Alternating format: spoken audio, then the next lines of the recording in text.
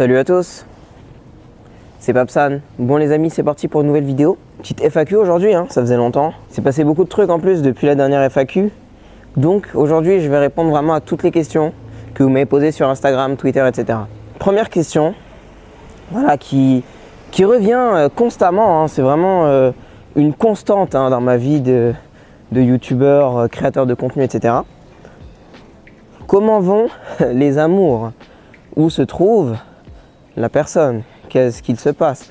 Pourquoi tu as enlevé les vidéos de manière aussi subite? Bref, là je parle d'un truc pour ceux qui savent à l'ancienne, d'accord? En fait, si je ne parle plus de ça, si je montre plus tout ce qui est relation, tout ça en mode ma vie un peu privée, vous voyez ce que je veux dire? Enfin, pas qu'un peu.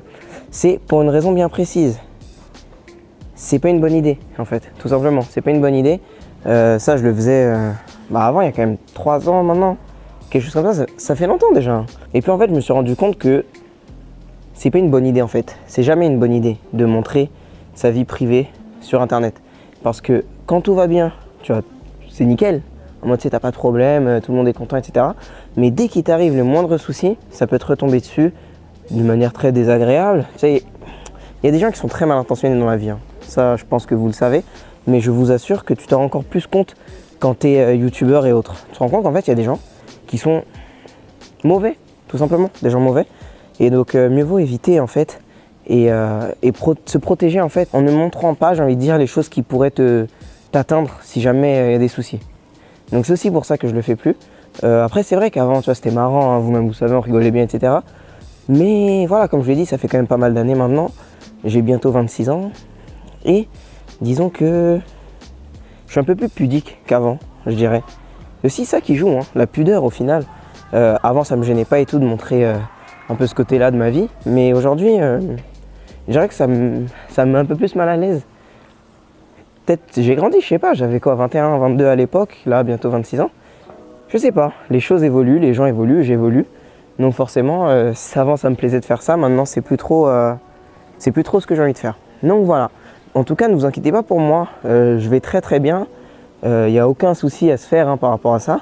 Je sais, vous êtes gentils, la majorité, vous me demandez ça parce que vous aimiez bien tout ça. Mais juste, vous inquiétez pas. Et je vous demande, s'il vous plaît, maintenant, de ne plus trop, en fait, me poser de questions à ce sujet-là parce que je ne vous donnerai pas réellement la réponse que vous attendez, quoi. Qu'est-ce que YouTube m'a apporté dans ma vie? C'est une très belle question et j'aime beaucoup cette question. Je vais vous répondre.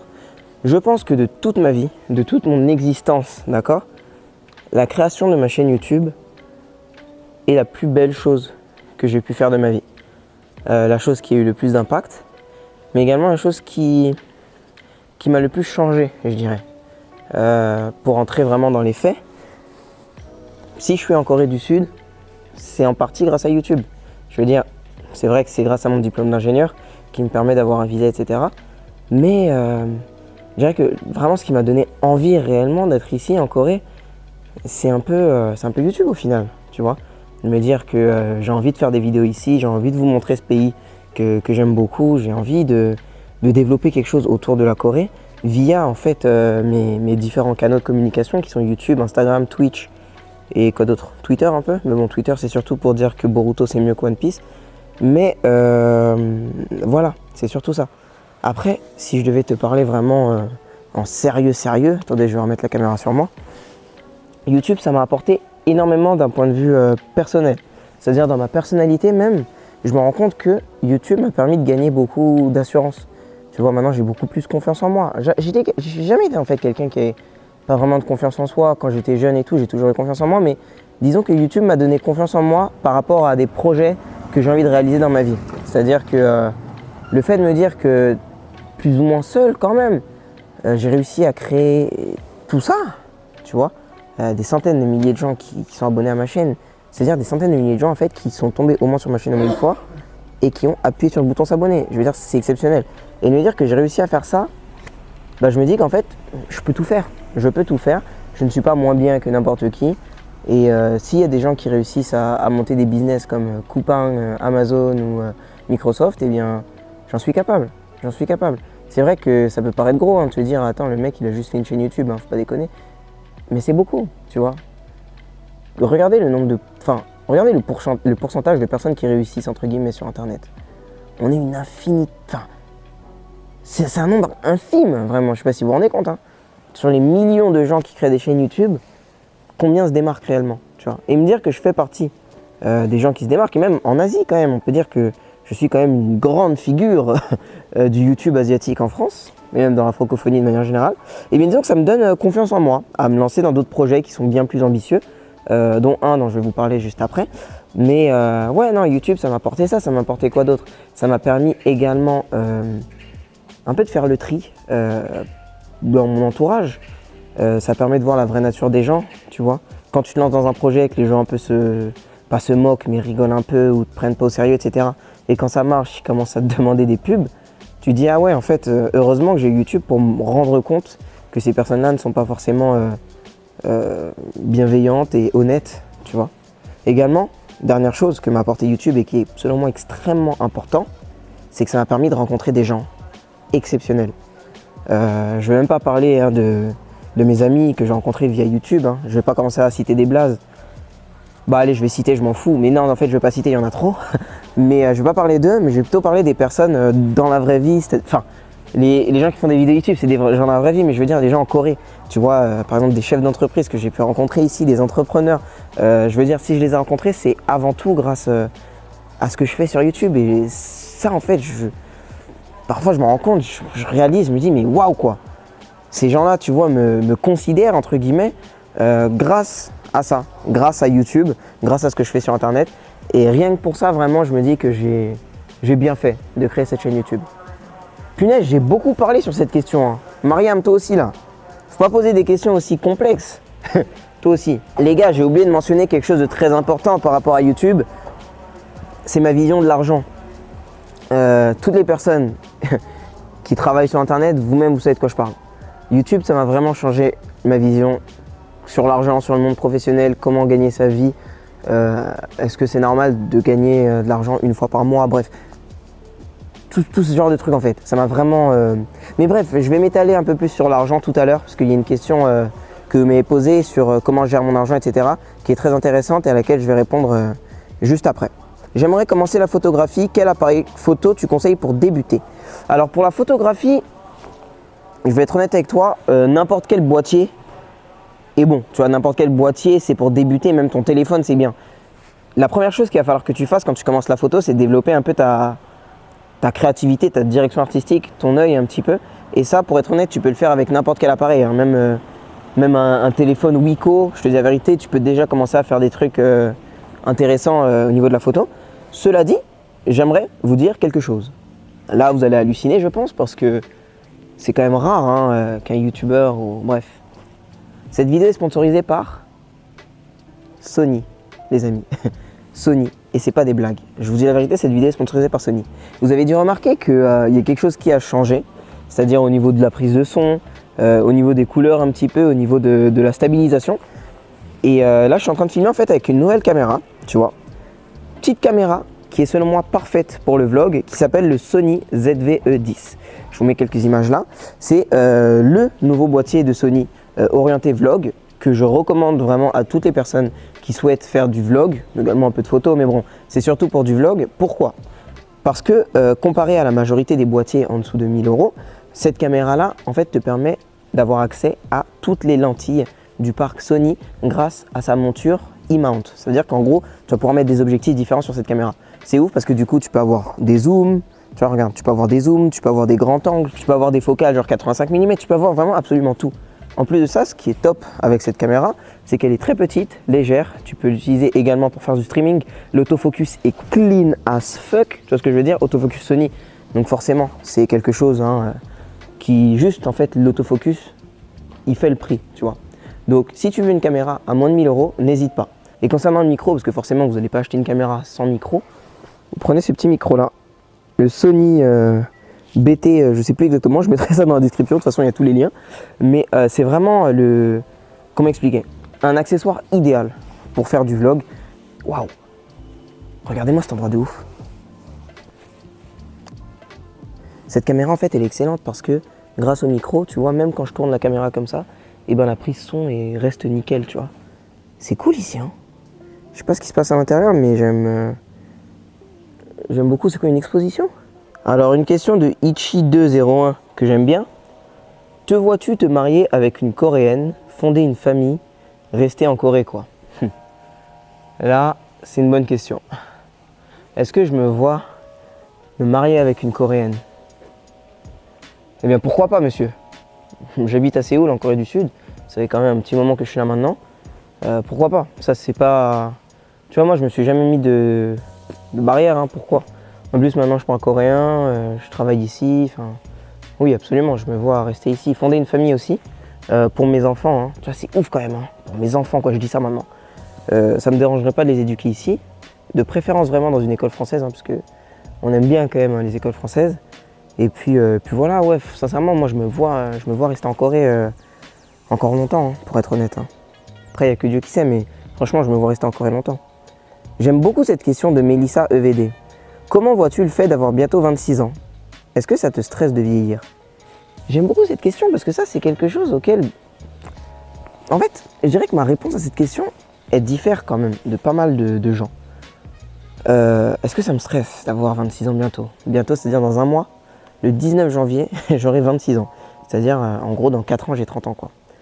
Est-ce que ça me stresse de prendre de l'âge? Sincèrement, non. La question à se poser, c'est pourquoi est-ce que ça me stresserait? Pourquoi ça me stresserait de vieillir? Est-ce que la vie, c'est une course? Au point de se stresser parce que tu prends de l'âge? Non. Je le vois plutôt comme une bénédiction, tu vois. Chaque anniversaire, maintenant, depuis 2-3 ans, je crois, par là, depuis 24 ans, je crois, depuis que j'ai 24 ans, je le vois vraiment comme le jour le plus important de l'année pour moi, tu vois. Je me dis, ça fait 26 ans quand même que je suis sur cette planète, c'est une bénédiction de fou. Il y a des gens à 17 ans, ils sont morts, tu vois, de maladie ou quoi que ce soit. Et moi, j'ai la chance hein, d'être en vie et de me dire, oh là là, je vais m'acheter un petit gâteau d'anniversaire.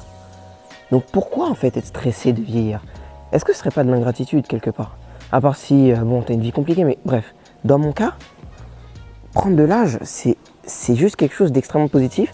Et je remercie Dieu, j'espère que je mourrai le plus tard possible. Tu vois, 100 ans, 102 ans, 103 ans comme mon grand-père, etc.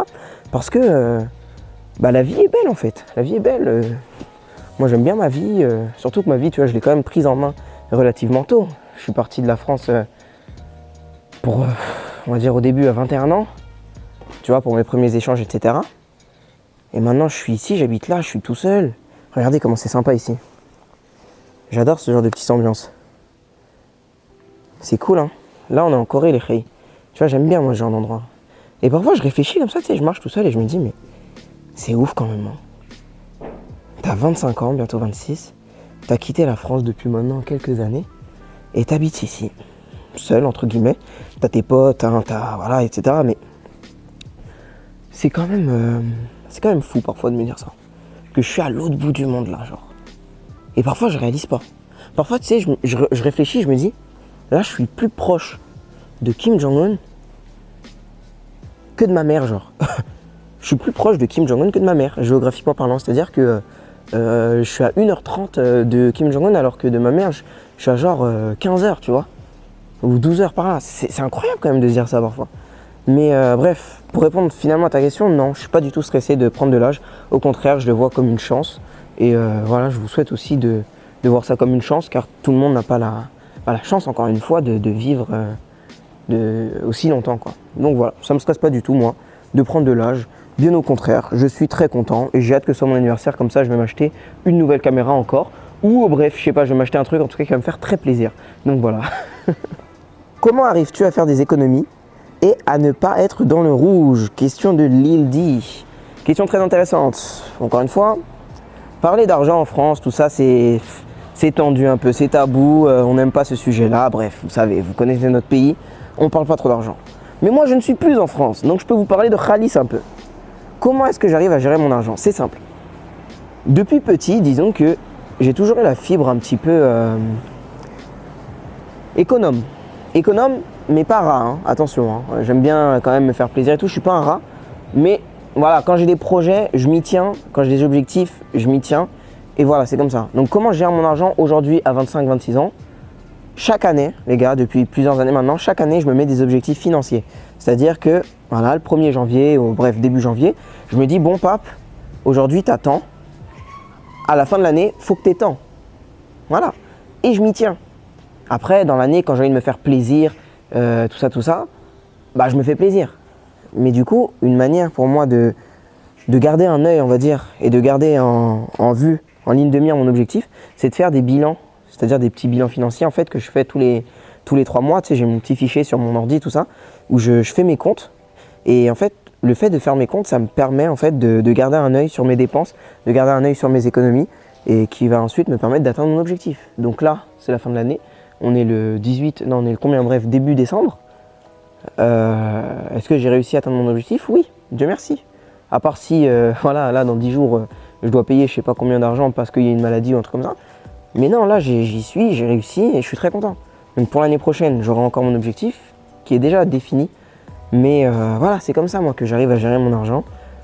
J'essaye aussi de multiplier les sources au mieux que possible.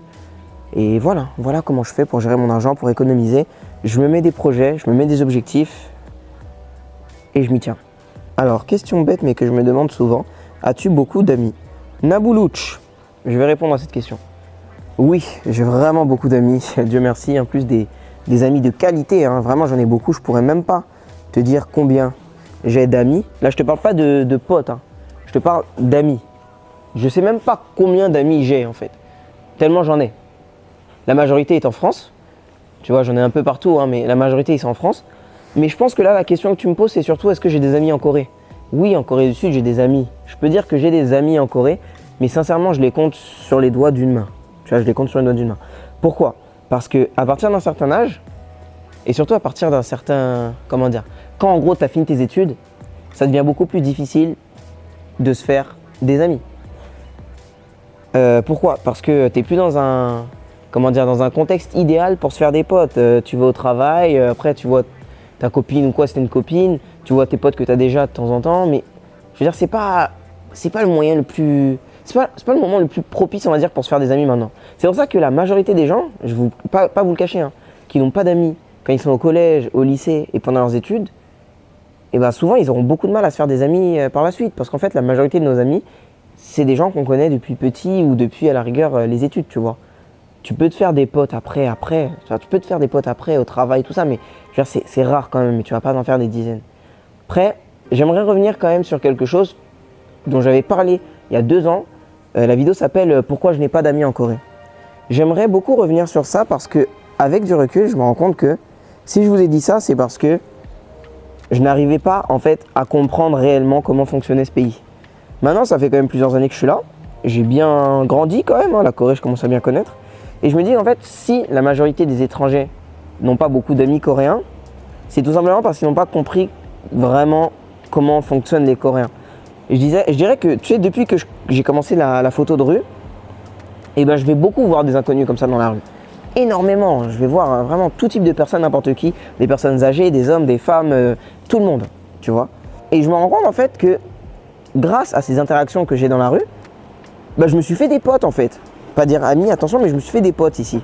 Des potes coréens. Et je me rends compte en fait c'est pas si compliqué. Mais il a fallu que je fasse quelque chose, c'est faire le premier pas. Et ça c'est quelque chose, tu vois, dont on va pas forcément avoir l'idée. Tu vois, tu te dis, t'es pas dans ton pays, t'as peur d'aller vers un local. Surtout que si tu parles pas la langue, là t'es mort. Mais, enfin t'es mort. T'as des Coréens qui parlent anglais et tout, mais bon. Tu connais, là je parle de Coréens qui parlent que coréen. Du coup oui, tu peux te faire des amis ici, mais simplement il va falloir aller vers eux. Les Coréens, tu sais, c'est pas un peuple en mode... c'est pas comme au Sénégal, hein, où t'es dans la rue, les gens ils vont t'appeler, ils vont te dire « Ah, Kai Agne, viens manger », tout ça. C'est pas comme ça. Ici, il faut aller vers les gens. C'est fou, hein, parce que tu dis « C'est pas mon pays », et en plus c'est moi qui dois aller vers les gens. C'est même pas eux qui m'accueillent en mode. Mais je vous jure, c'est comme ça. Si tu veux te faire des amis ici, à part si tu vas en boîte, en soirée, tout ça, là, tu vas te faire des potes, tout ça, mais je veux dire... Si tu veux te faire des amis, vraiment, moi je pense qu'aujourd'hui je suis capable de me faire des amis coréens. Il va juste falloir voilà, entretenir ses relations, se voir, etc., etc. Là maintenant ça peut m'arriver, tu vois, d'aller prendre un café avec des Coréens. Ça m'arrive pas très souvent, je vais pas vous mentir, parce que j'ai pas le temps. Tout simplement, j'ai pas le temps. Mais si vraiment c'est une réelle volonté de me faire des amis coréens ici, je pense que je pourrais en fait sans aucun problème. Là j'ai des potes et ces potes là peuvent devenir des amis si j'y mets du mien, quoi. Donc voilà, je voulais quand même mettre un peu ça au clair. C'est possible de se faire des amis en Corée, les gars. Je reviens sur ce que je vous ai dit, je vous assure que c'est possible. Juste, il faut parler coréen minimum et il faut aller vers eux. C'est ça. Venez ici, soyez pas timide parce que la timidité, c'est quelque chose qui va vous bloquer en fait. Quelque chose qui va vous bloquer dans beaucoup de choses dans votre vie. Comment tu arrives à garder confiance en toi et en tes projets? De OC Pottery. Comment j'arrive à à garder confiance en moi et en mes projets? C'est assez simple. J'ai confiance en Dieu. Tout ce que Dieu fait est bon, je ne vais jamais vous le répéter assez. Tout ce que j'essaye dans ma vie, je me dis que j'essaye en ayant une image en tête, c'est que en fait Dieu il est devant moi et il me guide en fait. Et s'il me guide en fait, il peut rien m'arriver de mal. Si parfois tu as des projets, ils fail, ça peut arriver que parfois les projets ils marchent pas. Mais c'est pas grave, je me dis toujours que si ça marche pas, j'ai appris quelque chose. Et en plus c'est pour une bonne raison, parce que le GOAT est en train de me guider. Est-ce que vous voyez ce que je veux dire? Donc c'est comme ça que j'arrive à garder confiance en fait. Quand j'ai confiance en lui, j'ai confiance en moi. Parce que je sais qu'il va jamais me mener dans des endroits bizarres, qui vont me rendre malheureux sur le long terme et que ce sera quelque chose de mauvais pour moi. C'est ça. Tout ce qui m'arrive pour moi c'est le bon. Et à partir du moment où j'ai cette mentalité-là, cette faculté à surmonter les difficultés, franchement rien ne me fait peur aujourd'hui. Sincèrement, à part peut-être la maladie, c'est vraiment quelque chose, j'ai pas envie de tomber malade, tu vois. C'est vraiment le truc vraiment que je veux pas avoir. Donc tout le reste, je me dis, c'est la vie, c'est comme ça. Si ça arrive, c'est bien. Si ça arrive pas, c'est bien. Vous voyez, ça c'est important. Donc voilà, c'est comme ça que j'arrive à garder confiance en moi et en mes projets. Également, en mettant de côté le côté religion, spirituel, tout ça. Quelque chose qui m'aide à garder confiance en moi et à garder la motivation quand dans les projets, tu vois, ça marche pas fort, c'est de faire. La dernière fois, j'ai regardé une vidéo YouTube et le gars mentionnait le do cycle, en gros le cycle du faire. Je vais vous expliquer. C'est quelque chose de très intéressant et qui peut vous pousser, vous, à avancer dans vos propres projets. Vous voyez, quand vous êtes stressé, vous dites « Ah, j'ai envie de faire ça, mais j'arrive pas ». La majorité des êtres humains sur cette planète, disons les termes. Combien de personnes, peut-être même toi qui regardes la vidéo, tu dis « Oh là là, je regarde une vidéo d'un youtubeur en Corée, qu'est-ce que j'aimerais venir ». Mais tu vas pas venir. Toi comme moi, on le sait. Toi comme moi, on le sait. Tu le sais, je le sais, nous le savons. La majorité des gens qui regardent cette vidéo rêvent de Corée mais ne viendront jamais. Pourquoi? Par peur en fait. Par peur. Pourquoi t'as peur? Pourquoi t'as peur? Qu'est-ce que tu vas perdre en fait à essayer? Fais-le. Fais-le. Bon certes là maintenant il y a le Covid, tout ça, mais tu peux déjà préparer ton voyage. Je veux dire, il n'y a rien de fou à vivre ici. Je veux dire, c'est pas si compliqué. Tu peux venir en PVT quand ça va réouvrir. Si t'es belge, tu peux déjà venir dès maintenant. Si t'es étudiant, tu peux venir faire tes études ici. Je veux dire, t'as tellement de possibilités, de facilités aujourd'hui de voyager partout dans le monde. À partir du moment où tu as un petit peu d'argent, tu vois, et encore, tu n'as pas forcément besoin de 1000 et des cents pour venir ici. Je veux dire, avec tout ce qu'il y a en France, les aides, les bourses, au pire, tu donnes des cours de maths ou des cours de français ou quoi si tu es bon en français. Arrêtez d'avoir peur. Donc, je vais vous parler de ce fameux do cycle. Premier point, quand tu fais, le fait de faire, ça te motive.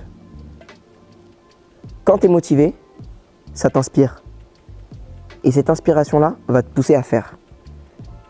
Vous avez compris? Le cercle vertueux là? Donc la première chose à faire quand tu as peur et quand tu veux te lancer dans un projet, c'est de le faire. Si tu restes dans ton lit à réfléchir, à regarder une vidéo YouTube, à te dire « Oh là là, moi aussi je vais faire ça, gna gna gna », il va rien se passer. Donc fais-le, je t'assure, n'aie pas peur. Regarde. C'est réel les gars. Je suis ici à Séoul, en Corée du Sud, dans une petite ruelle où il n'y a personne, en train de vous faire un vlog. Qui aurait imaginé ça il y a 5 ans? Quand je faisais mes premières vidéos, je savais même pas ce que c'était du kimchi carrément. Maintenant, je suis là à me projeter dans le futur, à faire des enfants ici carrément. Vous vous rendez compte un peu? Tout ça, en fait, c'est parce que je l'ai voulu. Sincèrement, au fond de moi, je l'ai voulu. Et Dieu sait que c'était pas forcément facile au début de faire accepter à ma mère le fait que j'ai envie de vivre en Asie. C'était pas évident. Mais c'est bon maintenant, c'est fait, je suis là. Et vous aussi, vous pouvez. Ok, peut-être pas tout le monde a envie de vivre ici, mais une majorité de gens qui regardent mes vidéos, je vous connais quand même. Ça fait longtemps que je vous connais maintenant, vous aussi vous me connaissez, mais je veux dire, voilà, c'est comme ça que j'arrive à garder la motivation, tout ça, mon ambition, le fait de faire. Et quand tu fais, regarde, j'ai fait ma chaîne YouTube, cette motivation, enfin le fait de faire cette chaîne YouTube, ça m'a poussé à faire une chaîne Twitch. La chaîne Twitch m'a poussé à faire de la photo. Bref, tout ça. Et le prochain truc, voilà, je vais vous le dire après. Mais bref, les gars, c'est comme ça la vie. Arrêtez d'avoir peur, arrêtez d'être des... D'accord? Et lancez-vous. Donc voilà, maintenant je vais vous parler. C'est quoi carrément, je vais Je vais mettre la caméra comme ça. Vous voyez le micro comment il tue? En mode je peux partir loin et tout et ça marche quoi. Merci Sony hein. Bref, le projet dont j'aimerais vous parler aujourd'hui et sincèrement j'aimerais réellement avoir un vrai retour dans les commentaires, tu vois, de votre part. Ça fait maintenant quelques années, tu vois, que je suis en Corée, tout ça, que je suis sur YouTube, que... Bref, j'ai lancé ma vie ici, tu vois. Et je me dis que il est temps de se lancer. Il est temps de se lancer. Voilà, YouTube c'est bien, Twitch c'est bien, la photographie c'est bien, tout ça.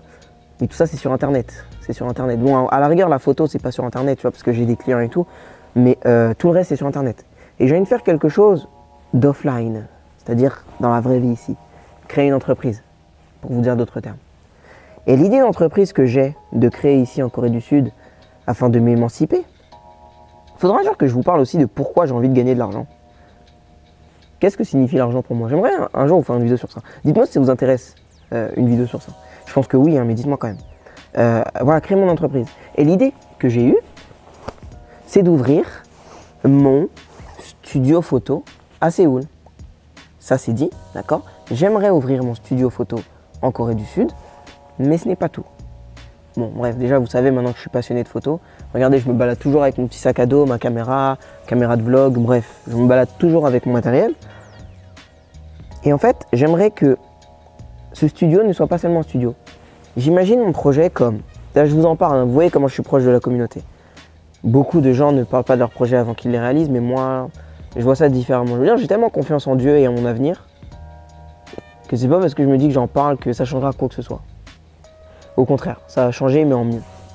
Donc, en fait, l'idée, ce serait de faire un studio photo, mais pas que.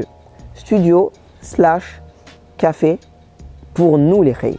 L'idée, c'est d'avoir un endroit où nous pouvons nous réunir. Mais bref, c'est vraiment ça mon idée, de créer un studio photo / lieu de rencontre un petit peu, où on se voit. Celui me permettrait également à moi de faire mes petites galeries photos, mes expositions, de donner des cours de photographie, de diffuser mes documentaires en avant-première et de faire des petits événements, tu vois, comme mon frère 667 voilà, et la famille, hein, Fresco Corleone, viendra en Corée du Sud. On pourra faire des événements là-bas, vous voyez ce que je veux dire? Ça pourrait être vraiment très lourd en fait. J'ai envie de créer un peu mon endroit. Là aujourd'hui on a créé un endroit mais il est virtuel, il n'existe pas. Je veux dire, cette chaîne YouTube elle est là mais... Je veux dire, si YouTube, il appuie sur un bouton, ma chaîne, elle n'est plus là, tu vois. Et voilà, on se retrouvera sur Instagram, sur Twitch, etc. Mais ce ne sera pas pareil. Donc moi, l'idée maintenant, c'est de créer quelque chose. Et pour moi, c'est la continuité ultime hein, de tout ce que je suis en train de faire. Vous voyez que moi, je suis un YouTuber, mais je suis très humain, entre guillemets. Je suis beaucoup dans le social. Tout ce que je fais, c'est des interviews, prendre des photos de gens. Je suis très centré sur l'humain de manière générale. Et donc pour moi, créer un studio photo, qui est ma passion, / ce côté un peu, comment expliquer, humain, où on se rencontre, où on fait des activités, etc. Eh bien moi ça me parle. Moi ça me parle. Et donc voilà, je vous ai dit ce que j'ai envie de faire. C'est quelque chose que j'ai envie de faire en Corée du Sud, bien évidemment. Et je vous ai pas dit tous les détails, parce que forcément il y a des choses que je ne peux pas dire ici, sinon on va me voler l'idée. Parce que c'est une idée très novatrice, le truc que je vous cache, que je peux pas vous dire tout de suite, mais à qui j'en ai déjà parlé dans la vraie vie. Mais de quoi j'en ai déjà parlé dans la vraie vie. Donc voilà, j'aimerais déjà votre avis, dans un premier temps, sur ce premier jet de projet que j'aimerais faire, voilà, si Dieu le veut, si Dieu m'aide, pour 2022, hein, clairement, donc là c'est fin 2021, c'est bientôt. Après, un grand homme m'a dit que, Pape, si tu as une deadline pour un projet, tu veux faire ton projet en 1 an, et ben dis-toi que ça va te prendre 3 fois plus de temps. Peut-être que tu regardes cette vidéo. Donc je pense à ce que tu m'as dit, et voilà. Je me dis que j'aimerais faire ça en 1 an. Peut-être que ça va prendre plus de temps, je sais pas. Mais en tout cas, c'est mon projet et ça, j'aimerais le faire. Donc, donnez-moi votre avis dans les commentaires, s'il vous plaît. Vraiment, sincèrement, les gars, je me confie à vous, là, en vous disant tout ça. Oh, je rêve où mon téléphone sonne. Le patron se fait déranger et... Il est bossé, hein? Voilà, petit appel patronal. Hein. Vous-même, vous savez déjà, je suis en train de parler avec les investisseurs. Voilà, c'est... Je rêve où il y a un chat, là. Mais... Le miac là, il est mignon ce petit miac, viens, viens là. Toi t'es trop réo toi. Toi je t'invite à boire du méo, du lait et tu pars. Mais attends, il y a trop d'animaux ici carrément, il se passe quoi là? Let's go, il est mignon ce petit chien. Dernière question peut-être, puisque là la vidéo elle est longue de fou malade. Moi maintenant à faire des petites vidéos là, c'est difficile. Hein. Alors, dernière question pardon. Tu te vois où dans 10 ans? Voilà, j'aimerais finir ça. Non, avec ça. Tu te vois où dans 10 ans? Dans 10 ans, je me vois. Sincèrement, comment je me vois? Je me vois à la tête de mon empire, de mon entreprise, de mes entreprises même, en train d'être tranquille, peut-être sur une petite île, dans mon bateau, en train de regarder des animés, avec une petite cuisinière, mon petit chauffeur. Je me vois à l'aise en fait, pour être honnête, je me vois à l'aise. Tout simplement, je me vois à l'aise avec mes enfants. Je me vois à l'aise en fait, moi, c'est ça l'objectif. Je me vois à l'aise et je veux être à l'aise dans ma vie, donc je vais tout faire pour être à l'aise. Ça, c'est vraiment mon objectif. J'ai envie d'être bien, ne pas avoir de problème d'argent, ne pas avoir de problème en mode je dois me réveiller pour aller faire de l'argent. Non, j'ai pas envie de ça en fait. J'ai envie d'être pépère. Est-ce que je me vois en Corée? Peut-être en fait, mais moi je me vois partout. Vous voyez ce que je veux dire? Je me vois partout.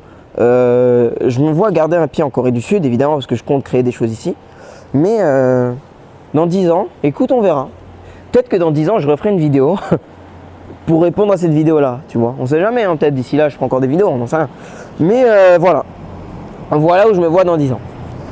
Du coup, hey, c'est terminé pour cette vidéo. Je suis désolé, elle a duré une éternité.